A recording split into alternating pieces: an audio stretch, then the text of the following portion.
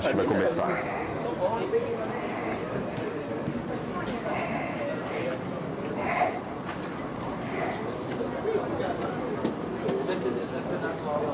Tudo bem?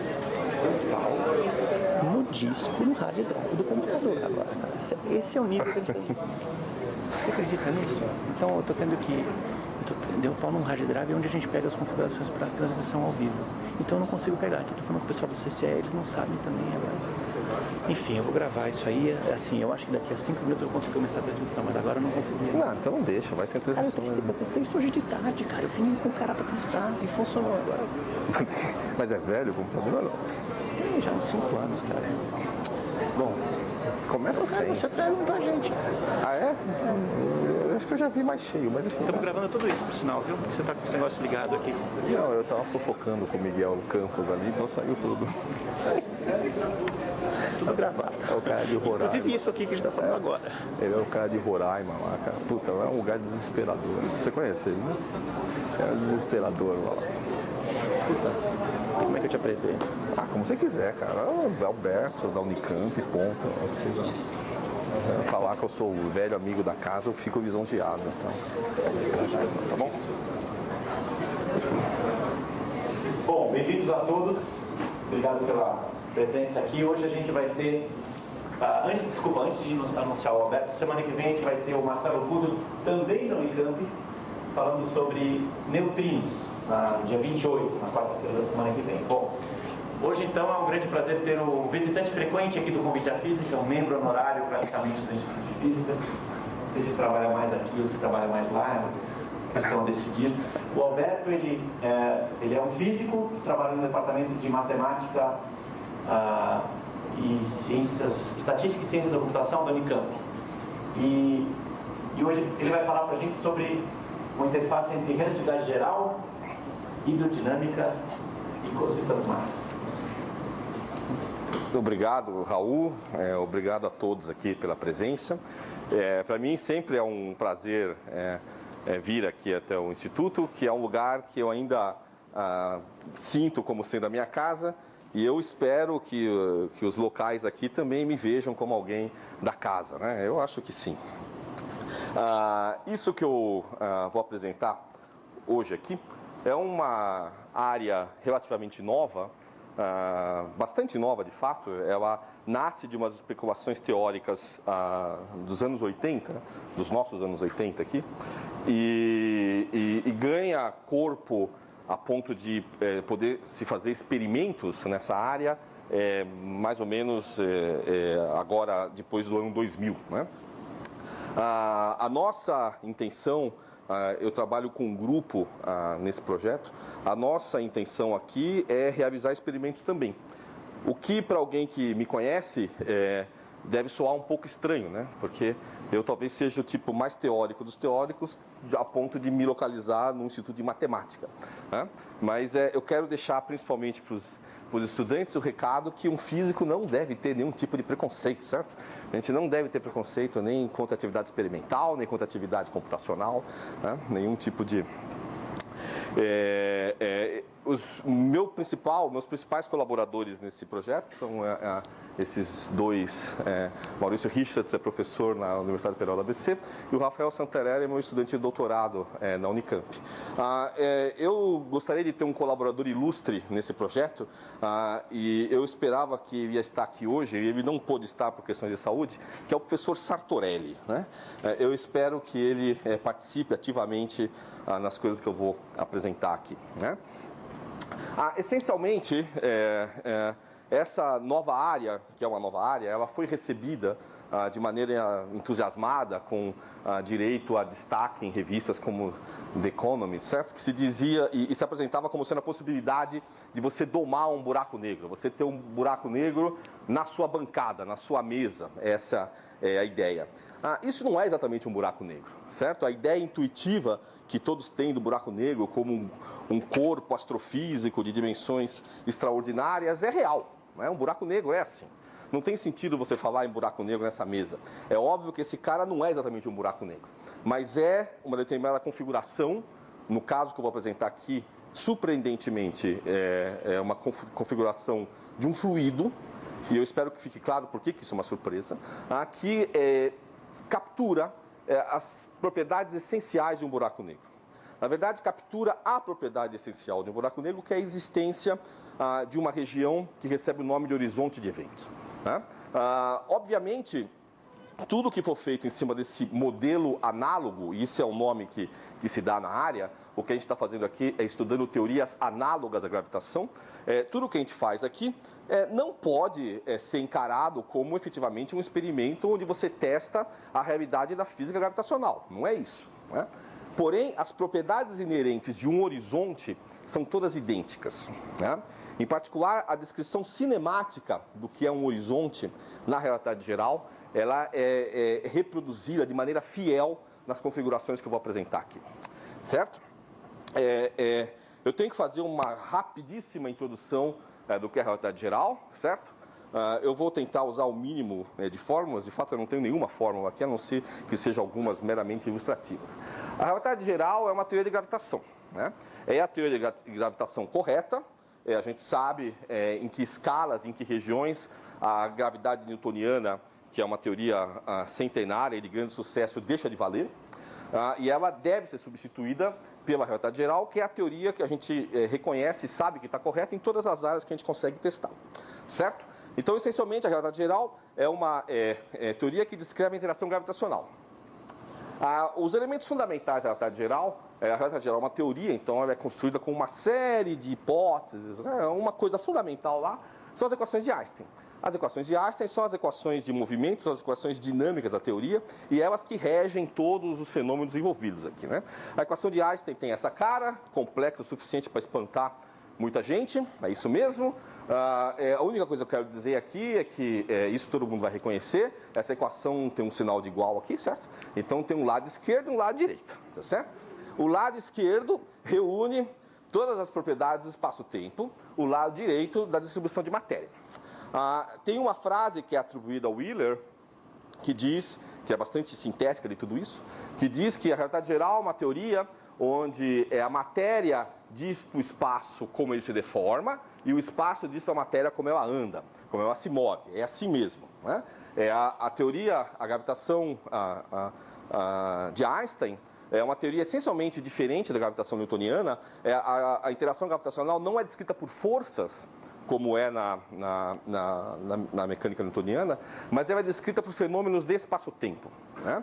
O germe dessa ideia está contido lá na teoria newtoniana, e isso é interessante. Né? O ponto fundamental que você precisa para que a relatividade geral floresça já está contido lá na teoria newtoniana, que é a igualdade entre massas inerciais e massas gravitacionais. Né? O fato que é inerente da gravitação, e só a interação gravitacional tem essa propriedade de que a trajetória de um corpo independe dos detalhes desse corpo. Né?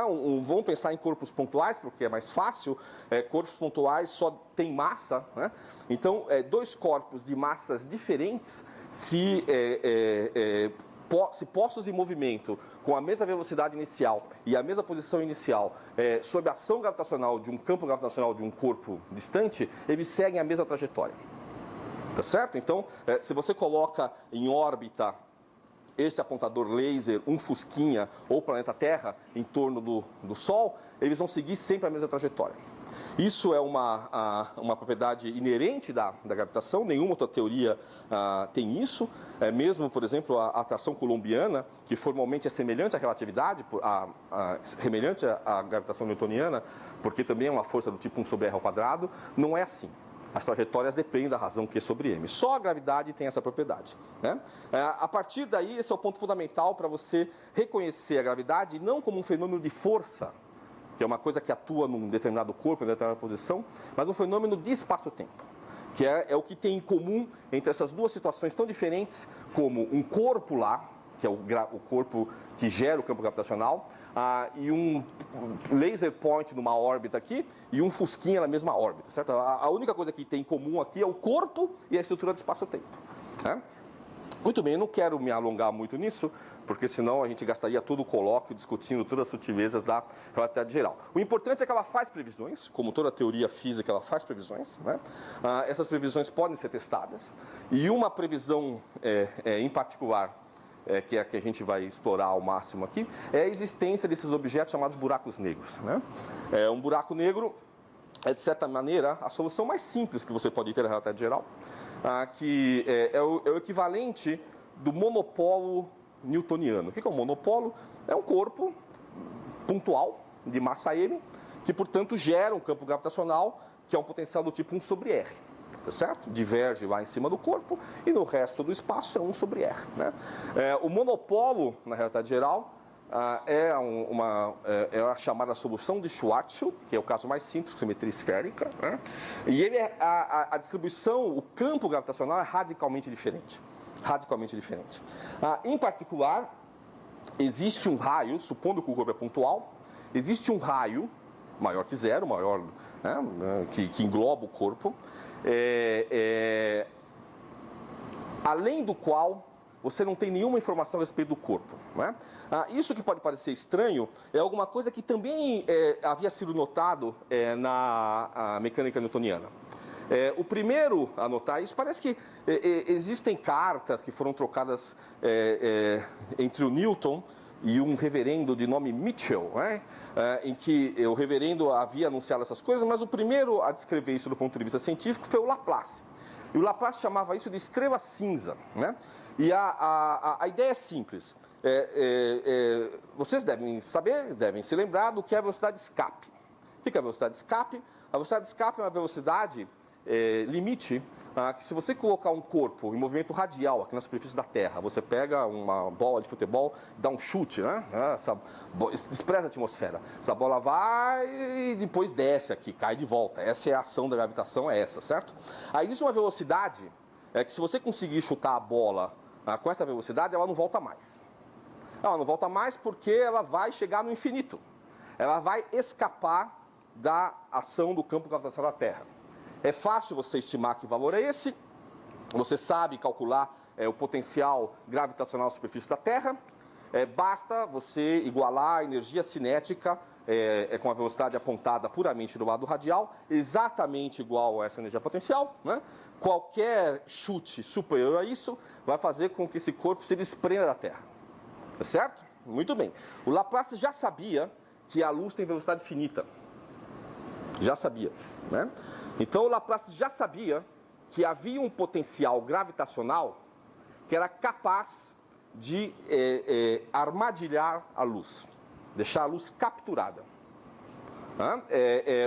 Esse potencial gravitacional corresponde, por exemplo, à aceleração gravitacional num corpo muito denso. Então, se você pudesse imaginar esse corpo, se esse corpo existisse no universo, a luz não poderia escapar desse corpo. E o Laplace chamava isso de estrela cinza. Né? Na realidade geral, esse comportamento aparece, de novo, de uma maneira bastante inesperada, que demorou para ser descoberta, na forma de um buraco negro. Eu vou falar mais do buraco negro, mas antes disso, eu tenho que citar que a ideia fundamental de tudo que eu vou dizer aqui é estudar propagação de ondas diferentes, mas sempre ondas, propagação de ondas em determinados meios. Esse meio pode ser um buraco negro, esse meio pode ser um fluido, certo? A ideia de que a propagação de ondas no contexto da relatividade dava origem a fenômenos estranhos é de 39. Isso é muito antigo. Tá certo? A relatividade, como a gente conhece, foi proposta em 1915. Em 1916 apareceu a solução de Schwarzschild. Pouco tempo depois, o Schrödinger, que já era o Schrödinger, já tinha ganhado o prêmio Nobel, já tinha fugido da Áustria, que tinha sido anexada pela Alemanha, já morava na Inglaterra, já era muito famoso. Ele publica esse artigo, né? Vibrações próprias no universo em expansão. A ideia de que já eram conhecidas todas as medições do Hubble, já se sabia que o universo estava em expansão, e o Schrödinger estudou a influência, quais são os efeitos dessa expansão em ondas, em meio ondulatório. E ninguém vai estranhar porque o Schrödinger fez isso, ele é o pai da mecânica quântica, certo? Ele devia pensar o dia inteiro de maneira ondulatória, né? O cérebro dele devia funcionar de maneira ondulatória, né? E a coisa mais curiosa que está nesse artigo, né, que ele diz lá no meio, perdido, no meio de muitas contas, metade delas erradas, ele diz isso aqui, ó. De maneira geral, quer dizer, a influência da expansão do universo, que é uma propriedade de relatividade geral. Então, a influência da relatividade geral no movimento ondulatório é de importância muito grande. No caso de partículas, isso significaria a criação e a aniquilação de matéria meramente pela expansão. Enquanto que no caso da luz, haveria uma produção de luz viajando no sentido contrário da expansão. Nesse caso, correspondendo a um tipo de reflexão da luz em espaço homogêneo. Surpreso, alarmado por essas perspectivas, eu investiguei a questão e tudo mais. Quer dizer, o Schrödinger já havia percebido a questão essencial para tudo isso, que é ondas na presença de relatividade geral têm comportamento estranho. E esse comportamento está sempre, ou pode estar sempre ligado com a ideia de criação de partículas. Tá certo? Na prática, o que acontece, que foi o que estranhou o Schrödinger, é uma mistura de modos de frequência positiva e frequência negativa, que são modos que, em condições normais, vivem em universos, em espaços, em situações completamente diferentes. Na presença da relatividade, esses modos passam a se misturar, e essa mistura tem várias consequências físicas, várias interpretações. A mais notável que o Schrödinger percebeu em 1939 era a possibilidade de criação de partículas. Tá certo? O fenômeno de Hawking, que é aquilo que estava escrito lá no desenhozinho The Economist, é uma manifestação disso aqui. É uma manifestação disto, não no caso de universos de expansão, que também é uma previsão da realidade geral, mas em particular no caso de buracos negros, certo? Então vamos aqui investir um pouquinho mais para entender o que é um buraco negro, para que eu possa convencê-los de que a gente consegue mimetizar algumas das propriedades do buraco negro, de fato só uma propriedade, em fluidos. O buraco negro, eu já disse, é uma solução da realidade geral, então ele deve ser visto como uma configuração de campo gravitacional. Essa é a configuração que corresponde a uma fonte com simetria esférica, sentadinha ali na origem, tá certo? Então, ela gera um campo. O campo aqui é meio complicado de se imaginar, porque esse campo tem a ver com as noções de distância que você tem na sua geometria, mas a implicação fundamental é o seguinte: na ausência daquele corpo, corpos livres seguiriam trajetórias que são retas, certo? Então, o caminho que faz o laser aqui, trajetórias que são retas. Porque essa é a geodésica, essa noção de menor distância nesse espaço e tudo mais. A presença daquele cara lá altera a geometria do espaço, que faz com que as trajetórias de corpos livres agora passam a ser não linhas retas, mas linhas que são geodésicas na presença daquele cara. São linhas curvas. Ela descreve uma curva. E a curva é inclinada da maneira natural que você esperaria, como se ela estivesse sofrendo atração gravitacional daquele corpo. Tá certo? Todo mundo já deve ter visto aquela alegoria em que você tem um lençol, né, e você joga bolinhas, e essas bolinhas descrevem linhas retas no lençol. Aí você coloca uma grande massa no lençol, aquilo acaba curvando o lençol, deforma o lençol, e agora a bolinha que é atirada faz uma trajetória que não é mais reta. Né? Essa imagem é errada. Né? Ela é complicada, ela é pedagogicamente complicada, mas enfim, ela tem um certo apelo visual, então eu quis citar aqui, mas não é exatamente assim, quer dizer, radicalmente não é assim, não existe uma direção na qual você distorce o espaço-tempo na presença daquele cara, tá certo? Muito bem, a ideia pictórica, isso aqui é meramente uma representação esquemática de um buraco negro. Eu me lembro, há muitos anos atrás, quando apareceram as primeiras evidências observacionais de um buraco negro, um grande jornal de circulação nacional, que tem sua sede perto da ponte do Limão, certo? Publicou uma imagem dessa dizendo que era um buraco negro. Isso aqui não é um buraco negro, isso aqui é meramente a imagem do funil clássica, que todo mundo já viu, que tem a ver com essa ideia das trajetórias que se aproximam do corpo que está no centro do lençol. No caso de um buraco negro, isso aqui é um funil que vai aqui para baixo, infinito, certo? Então, um corpo que cai radialmente, ele segue uma trajetória dessa aqui, ó. Tá certo? Existe uma região notável, que é o que define o buraco negro, que é essa linha aqui, ó, que merece o nome de horizonte de eventos. Por que ela merece o nome de horizonte de eventos? Porque ela tem a seguinte propriedade. Esse aqui é você pode pensar como sendo um observador, uma pessoa caindo com uma lanterna ou um laser como este, né? Enquanto ela estiver fora do buraco negro, né, ela está caindo em queda livre. Vamos imaginar assim. Enquanto ela estiver fora do buraco negro, ela pode apontar esse laser para qualquer lado, para trás, para o buraco negro, para onde ela quiser, tá certo?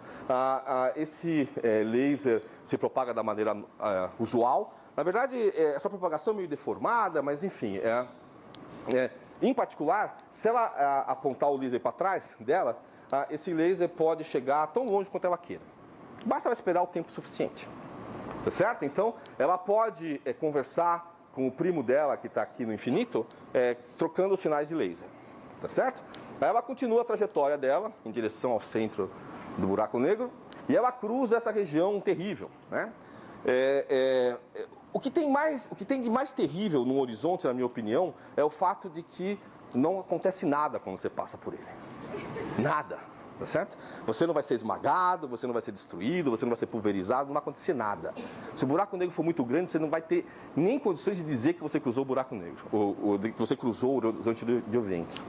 Agora, quando você cruza o horizonte de eventos, acontece uma coisa curiosíssima, que é o seguinte: os sinais aqui, eles continuam, o seu laser continua funcionando, isso não tem nada a ver com o funcionamento do laser. O laser continua funcionando, só que o laser que você aponta para trás, aqui assim, ó, né, ele não consegue passar mais para fora do horizonte. Ele fica confinado aqui. E o mais triste é que você não percebe. O coitado que está descendo aqui, ó, ele joga para trás assim, ele vê o laser dele indo para trás, só que ele não percebe que o laser não vai cruzar essa superfície. Isso significa que o primo dele aqui perdeu contato total com ele. Total. Porque isso não é inerente de laser, isso é de qualquer forma de sinal que você tente trocar aqui. Tá certo? O horizonte funciona como uma espécie de membrana, tá, em que você só passa numa direção. Você passa daqui para cá. Daqui para cá, não. O cara que está caindo aqui, se ele apontar o laser para o buraco negro, não tem problema. O laser vai entrar no buraco negro e vai ser depositado no buraco negro lá embaixo. Quando ele cruza o horizonte, não mais, ele não consegue voltar. Não só ele não consegue voltar, como não consegue voltar nem à luz do laser. Tá certo? Essa é uma propriedade fundamental. De fato, isso é a definição do que é um buraco negro, né? O buraco negro se define como sendo uma configuração gravitacional na qual você tem um horizonte de eventos, né? E dá toda uma série de comportamentos inesperados, paradoxais, que a gente poderia discutir aqui durante 4 horas, tá certo? Eu só vou ficar com essa ideia, que é suficiente para a gente, de que o horizonte é uma membrana na qual você cruza só numa direção. Não só você, qualquer coisa, tá certo? A existência do horizonte de eventos tem uma série de implicações cinemáticas. Cinemáticas. Por exemplo, ela divide o espaço aqui em 2 regiões em que você tem contato causal só numa direção. Isso é não trivial, né? O cara que está aqui fora pode mandar mensagem para o cara que está aqui dentro. O cara que está aqui dentro não consegue mandar mensagem para quem está lá fora. Tá certo? Essa propriedade de você dividir o seu espaço-tempo em situações, em regiões que são causalmente desconexas numa direção, tem uma série de implicações. Em particular, a implicação mais notável é o chamado fenômeno de Hawking, evaporação de Hawking, temperatura de Hawking, né? Que é a ideia de que, associado a um buraco negro que foi criado num processo astrofísico, existe emissão de radiação. Isso significa, de radiação térmica, inclusive. Isso significa, radiação térmica é a radiação da luz incandescente, não dessa aqui, ó. Essa aqui não é, essa aqui também não. A radiação térmica é a radiação da luz incandescente, a radiação do Sol. Certo? É a radiação mais ela tem uma série de propriedades que a destacam e fazem que, de certa maneira, ela seja até mais natural para você poder definir como a gente comumente fala em luz no nosso dia a dia. Um buraco negro, ele não é completamente negro, ele emite alguma coisa, tá certo? Isso, do ponto de vista físico, leva imediatamente à questão se eu posso detectar essa emissão. A resposta é não. Você não pode detectar essa emissão. E não é porque você não pode, porque não tem tecnologia ainda. Você não pode porque não vai dar nunca. E não vai dar nunca porque as propriedades, a intensidade dessa radiação é proporcional ao inverso do quadrado da massa do buraco negro. Tá certo? Um buraco negro astrofísico tem massa fantástica, então qualquer sinal do tipo radiação de Hawking que venha desse buraco negro, ela vai estar tão atenuada, que você não vai conseguir medir, por exemplo, comparando com a radiação de fundo, que já é bastante atenuada. Tá certo? Existem outras situações, buracos negros não astrofísicos, os micro buracos negros, que esses sim podem ser detectados via radiação de Hawking, mas isso não é nossa discussão aqui. A gente está falando de buraco negro, vou chamar assim de buraco negro real. Tá certo? Buraco negro de origem astrofísica. Né? Então isso levanta uma questão acerca da detectabilidade da radiação de Hawking. Né? Na física, qualquer previsão que você faça, ela tem que ser passível de ser testada experimentalmente. Senão, eu não sei o que ela é, mas não é ciência. Pode ser muito interessante. Pode ser muito interessante. A gente pode gastar dias discutindo isso. Você pode dedicar uma exposição de arte no MASP sobre isso, tá certo? Agora, isso não é ciência. Para que seja ciência, você tem que fazer previsão que possa ser testada. Uma previsão para ser testada, ela tem que ter uma propriedade fundamental. Sabe qual é? Ela pode estar errada. Tá certo? Você não pode testar alguma coisa que você sabe de antemão que não é nem certa nem errada. Isso não é um teste. Certo? O método científico, para que ele funcione, ele exige que você faça previsões que sejam testáveis e que possam estar erradas em princípio. Tá certo? Isso cria um problema a respeito de como a gente testa a radiação de Hawking em contextos relativísticos verdadeiros, astrofísicos. Tá certo? Talvez o grande entusiasmo que surgiu quando propuseram. Isso foi proposto por Bill Unruh, que é um visitante razoavelmente frequente aqui no país. Quando ele propôs pela primeira vez, nos anos 80, e é uma história engraçada, né? Como é que ele chegou a essa conclusão, e eu ouvi essa história dele, que existe uma versão hidrodinâmica para isso. A história é a seguinte, o Unruh foi convidado, a comissão de graduação lá da British Columbia University, o obrigou a dar um curso de mecânica dos fluidos. Né? E ele deve ter reclamado um pouco, só que, além de reclamar, ele estudou mecânica dos fluidos. Tá certo? Quando ele estudou mecânica dos fluidos, com a mente de um relativista, né, ficou claro para ele que aquilo poderia ser um cenário interessantíssimo para você testar ideias de relatividade. O que é muito, muito estranho, surpreendente, porque hidrodinâmica é a coisa mais clássica que existe, né? Equação de Euler, Navier-Stokes, isso é pré-Einstein, é pré-Planck, é pré-todo mundo, certo? Isso é tão desestimado pelos físicos que, em geral, é considerado conhecimento de engenheiro, certo? Então, mecânica dos fluidos é conhecimento de engenheiro, tá? Então relegamos isso a engenheiro. Isso é um erro crasso. Isso é um erro crasso. E eu espero que vocês, como eu, sejam resgatados desse erro pela frase de um grande físico que o professor Toninho conhece bem, que a gente vai relembrar no final. Tá certo?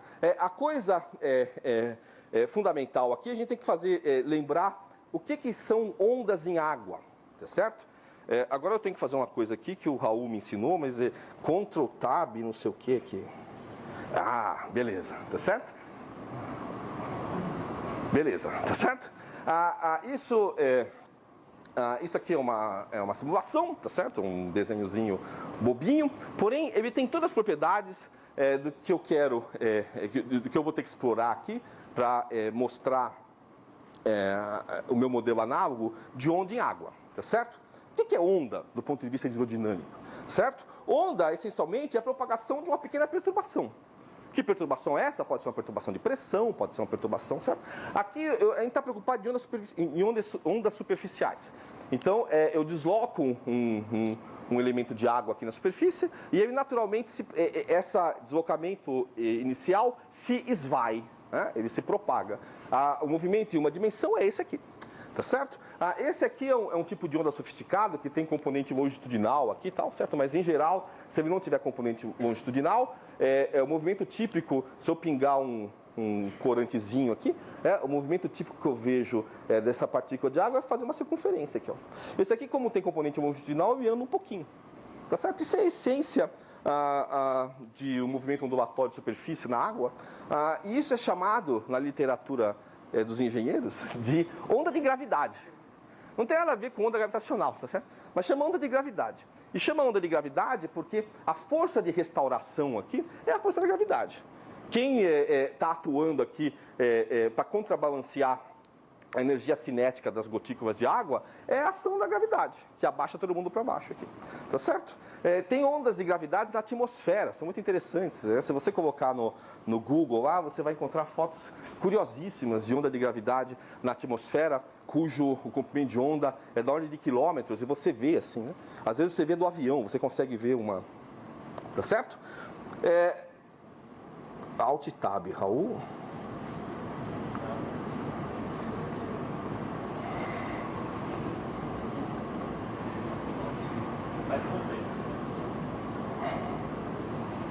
Beleza, é um Mac isso aqui, certo? Muito bem. Eu não sei usar Mac. Tem uma pessoa aqui que usa muito melhor que eu, mas enfim, eu não vou matá-la de vergonha.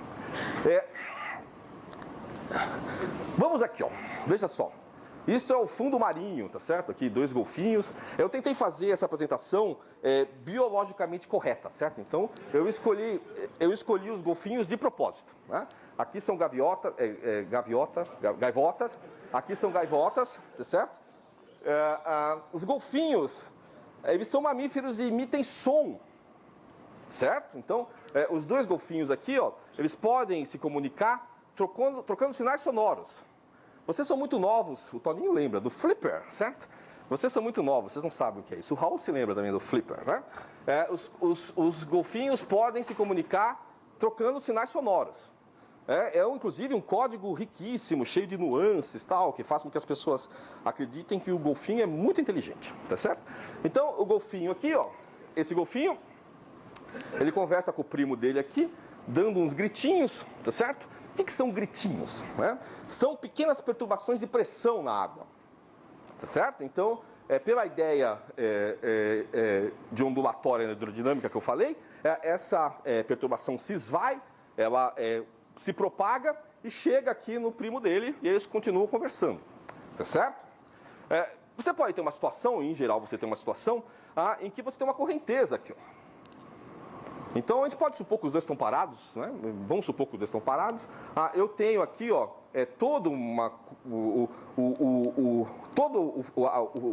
existe uma correnteza marinha aqui, a água se move para lá, tá certo? E o golfinho aqui emite um sinal. E o sinal chega lá no golfinho primo dele, né? Ele pode demorar um pouquinho mais, porque isso aqui é uma situação essencialmente newtoniana, então você pode calcular a velocidade, que depende da... Enfim, mas ele chega lá, tá certo? Ele chega desde que essa velocidade aqui seja em módulo menor que essa aqui, tá certo? Porque senão, a gente vai ver o que acontece se não chega, tá certo? Se não for. Vamos pegar agora uma situação um pouco mais inteligente, que os golfinhos não têm nenhuma dificuldade em lidar porque eles são inteligentes, né? Em que essa velocidade aqui depende da posição. Tá? Existe uma região em que ela é menor que C, existe uma região em que ela é maior que C. Quem é C? É a velocidade de propagação do som na água. Tá certo? Chamar a velocidade de propagação de C é um cacuete de físico, né? Velocidade não tem nada a ver com C, certo? Mas é um cacuete de físico que tem uma origem histórica muito interessante. Tá? Existe uma região aqui, ó, em que ela demarca existe a fronteira que demarca 2 regiões. Uma onde a velocidade é menor que a velocidade de propagação e outra onde a velocidade é maior que a velocidade de propagação. Tá certo? Bom, o que acontece se ambos os golfinhos estão do lado em que a velocidade de propagação do fluido é menor que a velocidade de propagação do som. Não acontece nada, os dois continuam conversando e não tem nenhum problema. Tá certo? Agora, esse golfinho, ele é um tanto displicente, desavisado, e ele se permite passar para cá. Se ele fizer isso, tá certo? O que vai acontecer? Ele vai perder o contato com o primo dele. Tá certo? Não existe sinal que ele emita aqui que vá passar para essa região. Porque todo esse sinal vai ser carregado para lá. Tá certo? Isso é um fenômeno essencialmente não relativístico, certo? É surpreendente que isso aqui sirva, de alguma maneira, para modelar qualquer coisa relativística, tá certo? Mas essa região aqui, ela tem essa propriedade. Qual é a propriedade? Do ponto de vista de comunicação sonora entre os golfinhos, ela é um horizonte de eventos. Por que é um horizonte de eventos? Porque esse golfinho aqui, ó, se ele emitir um grito, não tem problema, o grito vai chegar aqui, ó. Vai chegar rápido, mais rápido até, certo? Porque vai somar com essa velocidade aqui. Agora, esse pobre golfinho aqui, ele vai continuar gritando, e ele não vai entender por que, que o primo dele não responde. Ele vai concluir que o primo morreu. Tá certo? Ele vai perder o contato causal do ponto de vista de propagação de ondas com o outro golfinho lá. É óbvio que quando eu falo em propagação causal, eu não estou falando de propagação causal verdadeira, né? Se os golfinhos que são tão inteligentes desenvolveram um laser, eles vão fazer isso um dia, desenvolver um laser, né? Ele vai poder conversar com o primo dele com um laser. Mas, dado o estágio atual deles de desenvolvimento, eles não conseguem usar o laser, tá certo? Então, do ponto de vista de propagação de ondas, só de propagação de ondas, esse cara aqui funciona como horizonte de eventos, tá certo? Essa brincadeira aqui é mais do que uma brincadeira. A analogia é perfeita, tá certo? Para destacar a analogia, eu escolhi esse artigo da nossa revista de ensino de física, tá certo? Que eu acho que devia ser mais consultada e melhor utilizada em geral. Ela tem um artigo bastante interessante desses autores aqui, Alcione e Gisele, em que eles discutem num nível que eu tenho certeza que estudante de segundo ano de graduação que está fazendo o curso de Física 2 consegue entender. Ela descreve de maneira interessante a diferença que você tem em propagação de ondas superficiais quando você tem grandes profundidades e pequenas profundidades. Eu defino grande profundidade em relação ao comprimento de onda. Se a profundidade desse canal, eu estou considerando sempre propagação unidimensional, tá? Um canal de uma direção só. Sempre que a profundidade for muito maior do que o comprimento de onda, eu vou dizer que isso aqui é propagação em meios profundos. Se a profundidade for pequena ou comparável ao comprimento de onda, eu vou dizer que a propagação é uma propagação em canais rasos, tá certo? Tem uma série de propriedades, em particular essa onda aqui não tem componente longitudinal, então se eu colocar um corantezinho aqui e registrar a trajetória que esse elemento de água faz com a passagem da onda, é uma circunferência. Essa circunferência, elas decaem de raio exponencialmente até chegar no fundo lá, muito pequenininho, tá certo? Isso aqui é um dos motivos porque o mergulhador não percebe o tsunami, certo? Porque lá onde ele está mergulhando, bom, em alto mar já, que em cima já é pouca deslocamento de água, lá embaixo nada, tá certo? No caso das águas rasas, acontece uma coisa curiosa,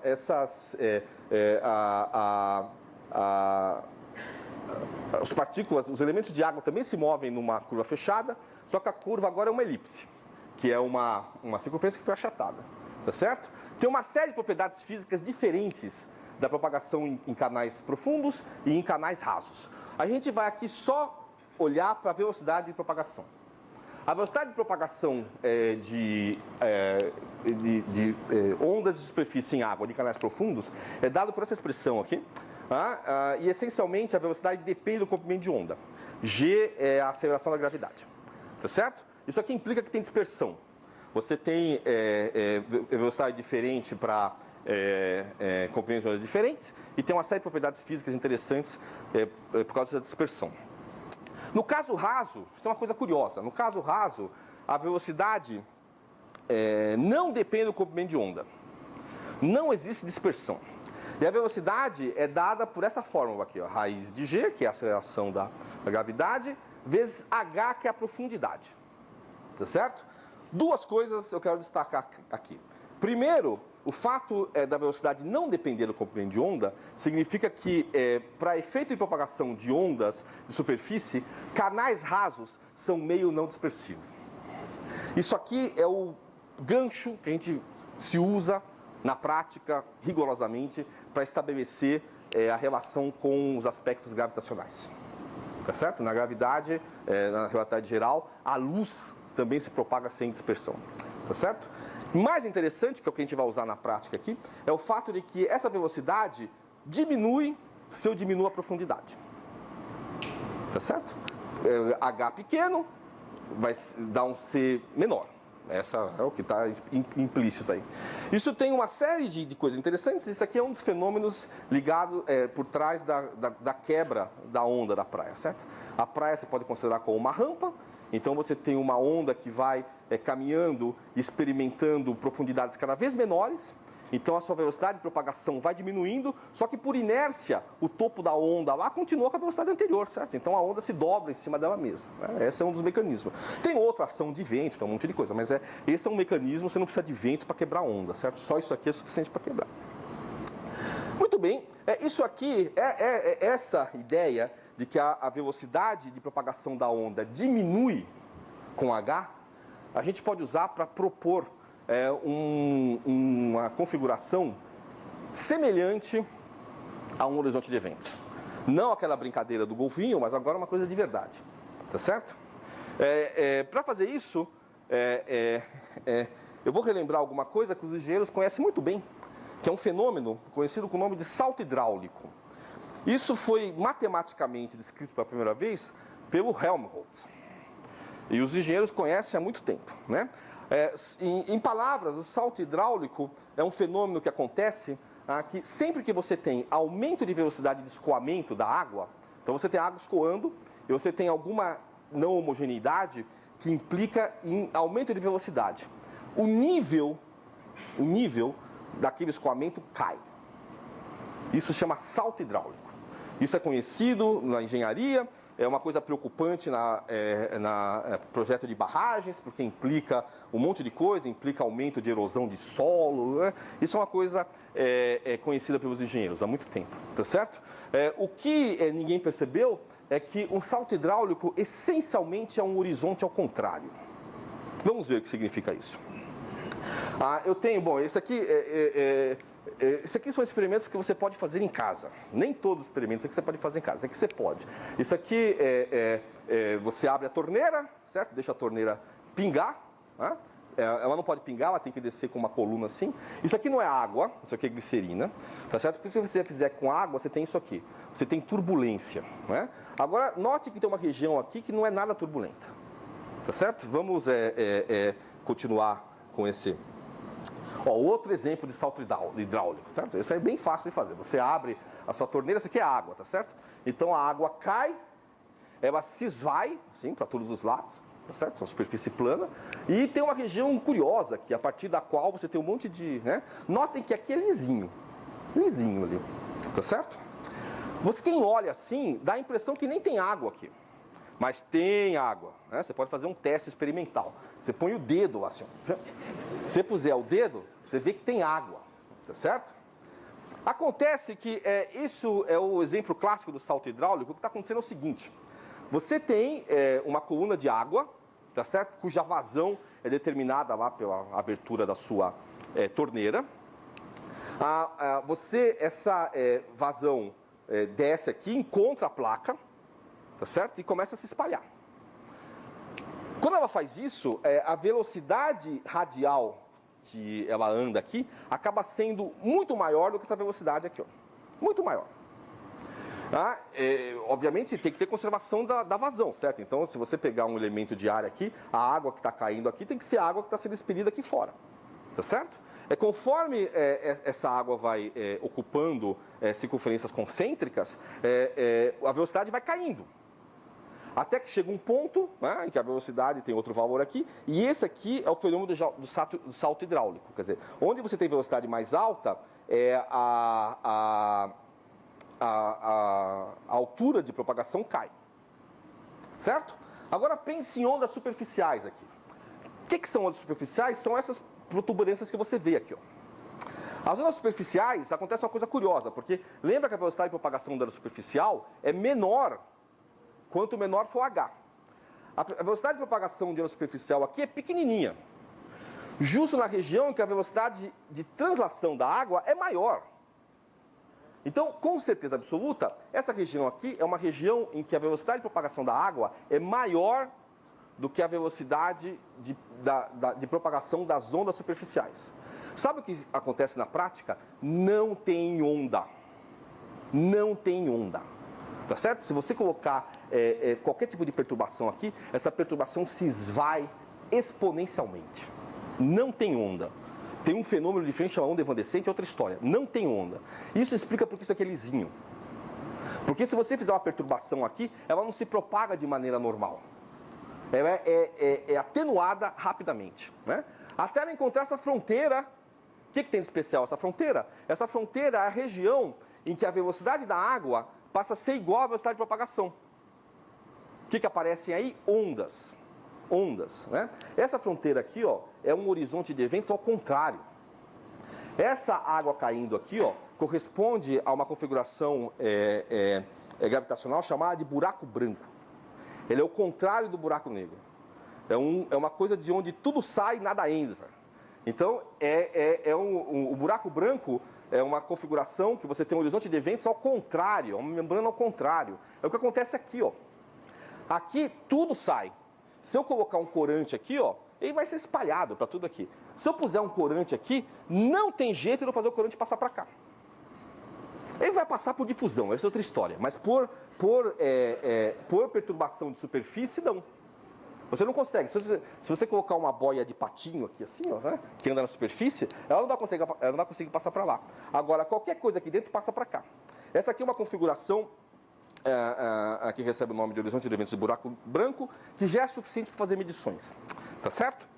De fato, antes de mais nada, o salto hidráulico é interessantíssimo. A descrição matemática do salto hidráulico, ela foi conseguida em todo o seu esplendor muito recentemente.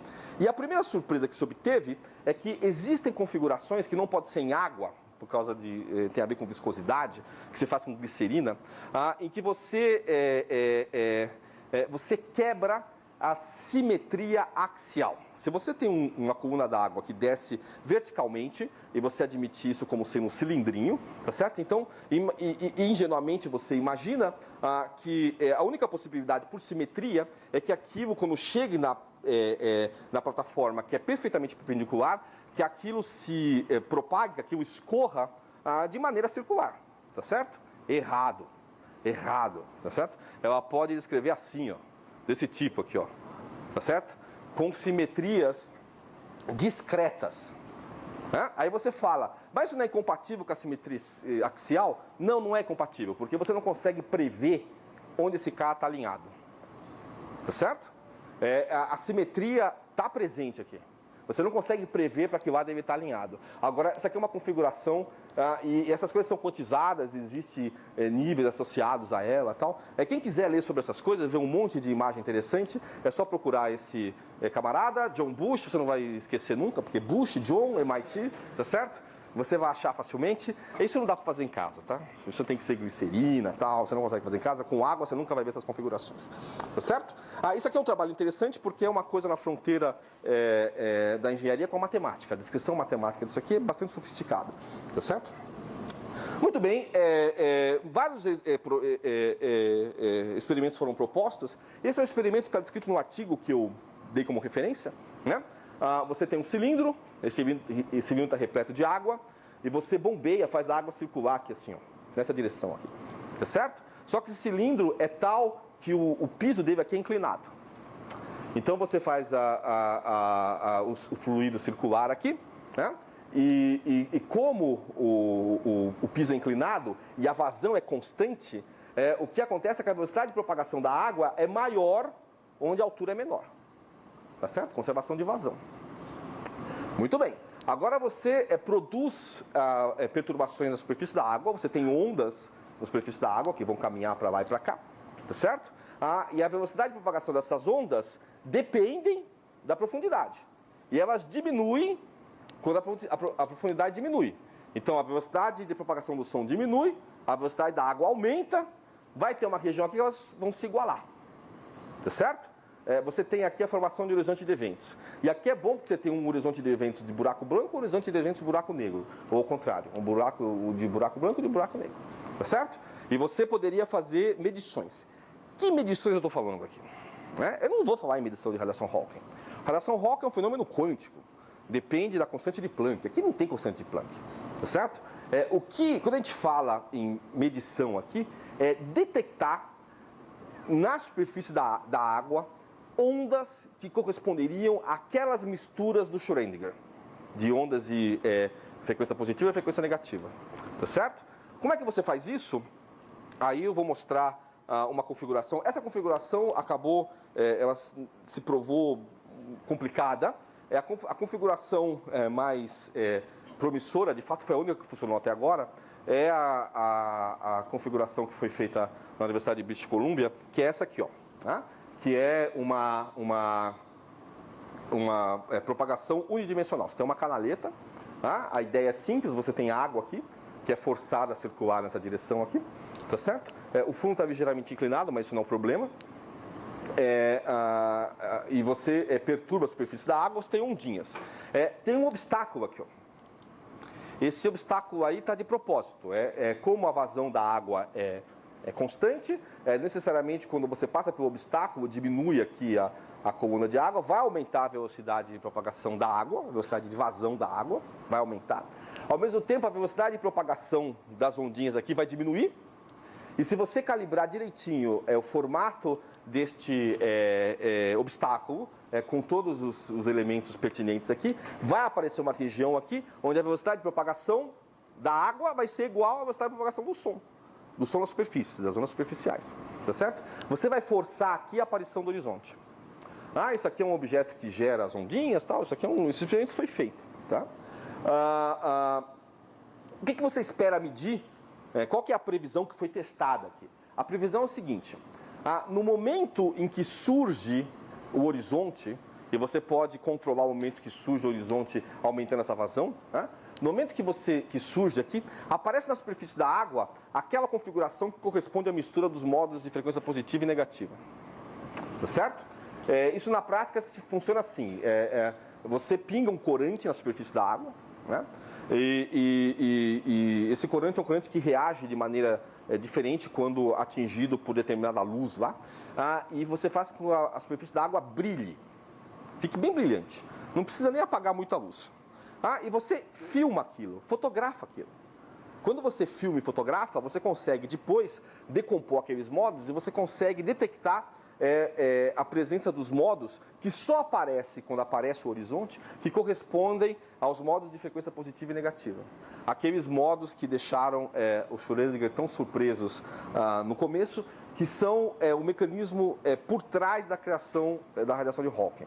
Tá certo? É essa mistura de modos de frequência positiva e frequência negativa. Rigorosamente, é só isso que a gente testa aqui.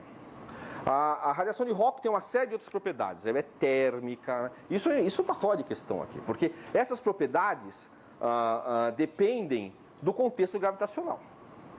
O que depende simplesmente da estrutura cinemática, da estrutura causal do horizonte de eventos, é essa propriedade. E essa pode ser testada. E foi testada. Tá certo? E agora existe uma série de trabalhos em refinar esse tipo de coisa. Em particular, os trabalhos que eu estou envolvido com o Maurício na Federal da ABC, seria de testar um outro fenômeno chamado super radiação. Tá certo?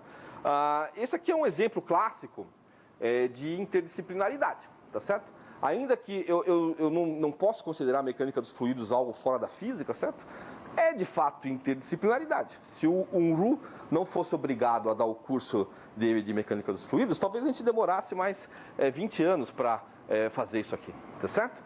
E no contexto da interdisciplinaridade, tem uma frase que a primeira vez que eu li, eu era estudante talvez um pouco mais velho do que vocês, porque eu era estudante de pós-graduação, do Philippe de Gennes, né? Que é um físico importantíssimo, e ele diz o seguinte, as fronteiras, tem uma mãozinha aqui, Raul, as fronteiras entre grandes impérios são frequentemente povoados pelos povos mais interessantes. Sabe quem são os povos mais interessantes? São os que conhecem as duas culturas, que falam as mesmas línguas. Tá certo? Existe uma vantagem inerente de você estar na fronteira. Buscar interdisciplinaridade é importante para isso. Se você conhece duas linguagens, se você conhece duas culturas, você tem muito mais chances de propor coisas novas e relevantes do que se você conhecer só uma. Isso está escrito nesse livro aqui, que foi o livro que me impressionou, que foi de quando ele ganhou um dos muitos prêmios dele. Esse aqui é Medalha Dirac, que é um prêmio que ele recebeu no Instituto de Física Teórica de Trieste. Certo? Muito obrigado.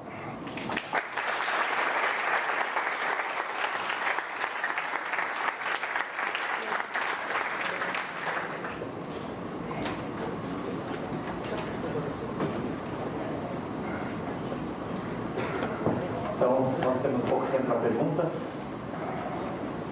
Vai fazer perguntas aqui para o Alberto. O Toninho vai fazer pergunta. Ui. O Toninho tem a obrigação de fazer pergunta.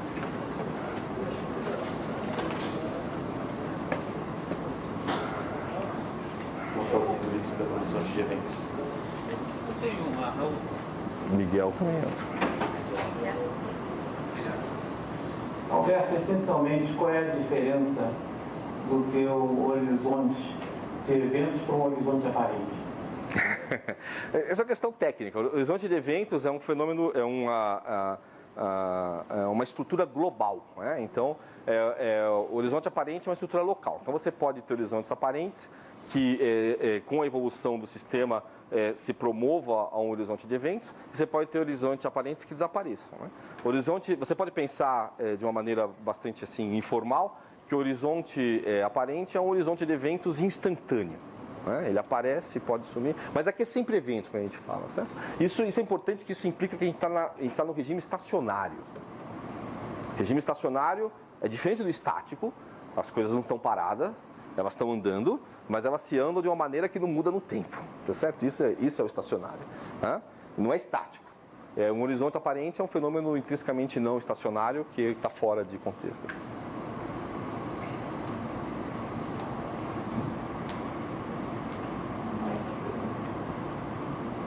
Bruno, faz uma pergunta.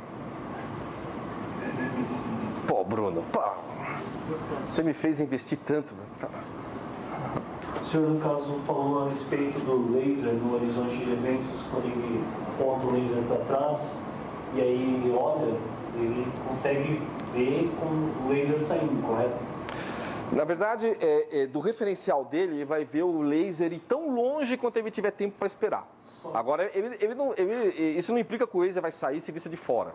Essa é a coisa. Do referencial do cara que está caindo, ele vê o laser indo embora. Mas aí, no caso, não vai misturar, no caso, a mente, o que ele vê psicologicamente com o fato, o fenômeno físico do laser, do raio de luz ir para dentro? Não. A confusão é o seguinte, no referencial local dele, o horizonte não tem nada de especial. Nada de especial. O problema é que você não pode misturar o referencial local dele com o referencial local de alguém que está fora. Isso é uma coisa inerente da estrutura do horizonte de eventos. Tá certo? Não tem diferença. A velocidade da luz é C mesmo? Sempre. Sempre.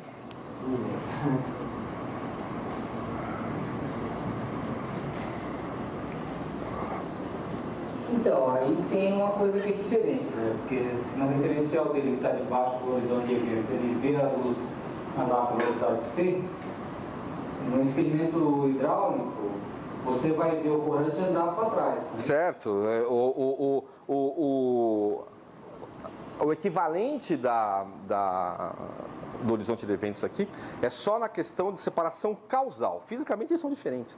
Note que o que está por trás da criação, da aparição do horizonte de eventos acústico é um fenômeno não relativístico. É o fato de que você combina as velocidades de maneira newtoniana. Isso não vai ser assim na relatividade. Então, a analogia não é total. A analogia não é total.